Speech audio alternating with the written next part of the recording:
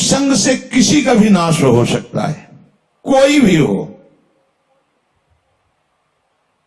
कोई भी हो। ये कभी न सोचे कि दुष्संग से हमारा पतन क्या हो सकता है, किसी का भी, कभी भी। सोचो, जो भगवान के दर्शन कर रही हैं और भगवान जिनके झुककर चरण छूते हैं और जो भगवान को ऐसे हृदय से लगा लेती है और माथा चूमती है, माता कैकेयी, उनको यद्यपि वो तो लीला परिकर है, दुष्संग का वहां आरोप नहीं कर सकते, क्योंकि प्रभु की लीला का संपादन करने के लिए वो पूरा परिकर है, चाहे वो मंथरा जी हो चाहे कैकेयी, ये सब बंदनी है। सोचो, एक बार प्रभु को जिन्होंने देख लिया उसको हम दुष्संग कैसे कह सकते हैं? और उन्हीं प्रभु को मंथरा जी भी तो देख रही है, पर वो लीला पात्र हैं। पर वहां दर्शन कराया जाता है कि दुष्संग कितना प्रबल है। सुना आपने महाराज दशरथ क्या कर रहे हैं?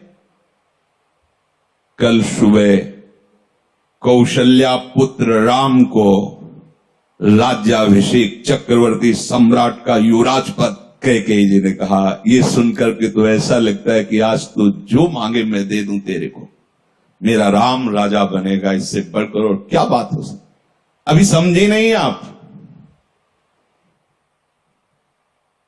अगर भरत राजा बनते और ये बात तुम कहती तो समझ में आती मेरी मंत्रा में। जब राम राजा बनेंगे तो दासी से ज्यादा तुम्हारी योग्यता नहीं रहेगी, क्योंकि कौशल्या उनकी मां है, वो महारानी के पद पर विराजमान हूं। वो आपको पता है महाराज राम को कितना प्यार करते हैं, उन्हीं के संबंध से कौशल्या जी वैसे ही प्रधान है। मुझे तो लगता है कि भरत को जेल में रखा जाएगा और आपको दासी बना के रखा जाएगा। उनका घर फोरी, अगर जबान से एक भी शब्द निकला तो तेरी जबान काट देंगी। मोरे राम भरत दो आंखी, जैसे दाई और बाई आंख को भेद करके नहीं वर्णन किया जा सकता, ऐसे तुझे पता है राम और भरत मेरी दोनों आंखें, घर फोड़ी तेरी जबान काट लेंगे अगर बोली। चुप हो गई। फिर बोली, को नृप होए हमें कहानी, चेरी छोड़ी न होए बरानी। कोई भी राजा हो, मुझे क्या, वो तो मैं तुम्हारे हित की बात कहती हूं, मुझे तो दासी ही रहना है। पर ये तुम नहीं जान पा रहे हो, तुम बहुत भोली हो। उधर में जाके सब पता लगा के आए हूं क्या षड्यंत्र रचा जा रहा है। ठीक है, तुम जबान काट लोगे, लेकिन मैं बोलने से नहीं रुकूंगी, जो हो रहा है मैं तुम्हें बताऊंगी। देखा, इतना प्यार तो क्या, बस बात मेरी मान लो। अगर टल गई ये बात तो फिर जीवन भर पछताओगे। सुबह राज्याभिषेक का समय है, कोप भवन में जाओ। महाराज ने वरदान देने की बात आपको कही थी, आप वरदान मांग लेना, मान लो मेरी बात। चढ़ने लगी बात और उठकर चली गई कोप भवन में। जब महाराज को पता चला, महाराज आए,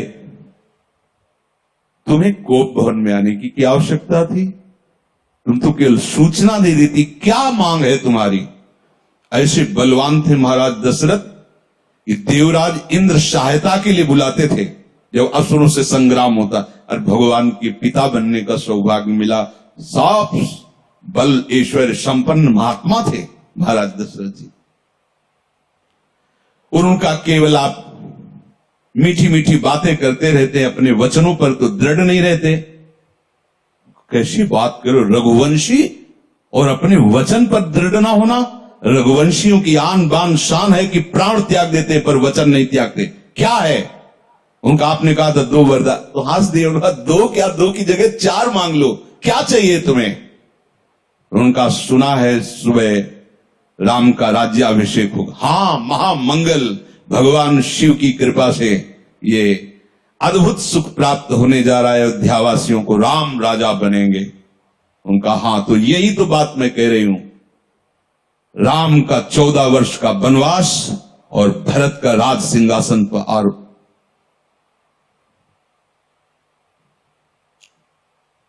महाराज सोच भी नहीं सकते थे, ऐसे अवाक रह गए, ये क्या। बस यही तो हम कह रहे हैं ना, मीठी मीठी केवल बातें करते हो। दशरथ जी ने कैकेयी जी के चरणों में हाथ रखा, वर्णन आया है, और कहा मेरे प्राण मांग लो तो देने में मैं हिचकूंगा नहीं, लेकिन राम को वनवास ऐसा मत करो। सुबह होते ही मैं भरत को बुला करके राजगद्दी दूंगा, आप कहोगी तो मैं राम और कौशल्या के साथ एकदम एकांत हो जाऊंगा, पर मेरे राम को वनवास। बस हम यही तो कह रहे थे कि मीठी मीठी केवल बातें। आप एक तरह से मूर्छित हो गए महाराज। क्या हुआ देखो, कितना आनंद मंगल होने वाला था, कैसा कुशंग ने स्वयं कैकेयी जी को भी वैधव्य सहना पड़ा। और जो नेत्रों का परम लाभ है, 14 वर्ष तक उस लाभ से वंचित रहे प्रभु से।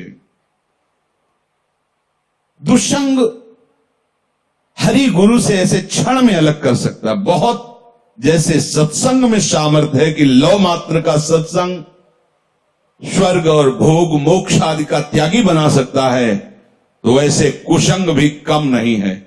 अगर वो सही कुसंग मिल जाए तो परम पद से भी भ्रष्ट करने का वो मार्ग रच सकता है। इसलिए कह रहे कि दुस्संगः सर्वथैव त्याज्यः। किसे हम समझे कि दुस्संग होने जा रहा है, तो शास्त्र कहता है यद्य शब्दि पथि पुनः शिष्णोदर कृतोद्यमैः आस्थितो रमते जंतुस तमो विशति पूर्ववत् सत्यम शौचम दया मौनम बुद्धि स्त्रीर्यशः क्षमा समो दमो भगश्चेति यत्संगाद्याति संशयम ते स्वशान्तेषु मूढ़ेषु खंडितात्म स्वसाधुषु संगम न कुर्यात् छोच्चेषु योषित क्रीड़ा मृगेषु च। जो केवल रसेंद्री के स्वाद में और जनेंद्री के भोग में है, उसका कभी भी संग नहीं करना चाहिए। शिष्णोदर कृत्योद्यमई, जिसका सारा का सारा उद्यम केवल 2 इंद्रियों के पोषण में है, अच्छा अच्छा खाने को मिले और भोगने को मिले, सबसे बड़ा कुसंग। ये भगवत वाणी। यद सदभी पथि पुनः, सतमार्ग में चल दिया है पर पुनः वो भ्रष्ट हो जाएगा।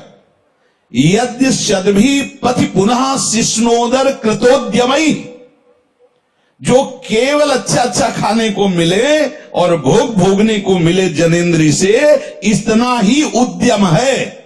प्राय देख लो, इतना ही उद्यम है। खूब कमाओ और खाओ और भोगो, बस इतना ही जीवन है लोगों की। बच्चापन से लेकर और मृत्यु तक केवल इतनी ही चेष्टा है, खूब भोग संग्रह करो और उनको भोगो और मर के दुर्गति प्राप्त करो। शिष्णोदर कृतोद्यमई, जिनका उद्यम, जिनका प्रयास केवल 2 इंद्रियों के पोषण में है, ये खाया जाए, ये खाया जाए, ये पिया जाए, ऐसे भोग किया जाए, ये घोर कुसंग है भगवत प्राप्ति के मार्ग में। जो भगवत मार्ग में आगे बढ़ना चाहता है, संगम त्यजेत मिथुन व्रतिनाम मुमुक्षुः सर्वात्मनान विशदेत बहिरिंद्रियाणि एकश्चरन् रहश्चित्तमनन्तैः से युञ्जीत तद्वृत्ति सुसाधुश्चेत प्रसंगः। महाराज शौभरी जी अपना अनुभव करके कहते हैं कि यदि भगवत प्राप्ति करनी है तो ऐ मुमुक्षु, कभी मैथुन धर्म से युक्त प्राणियों का संग न करना, क्योंकि मछली के मैथुन को देख करके इनका मार्ग रुक गया और अपने मार्ग से भ्रष्ट हो गए।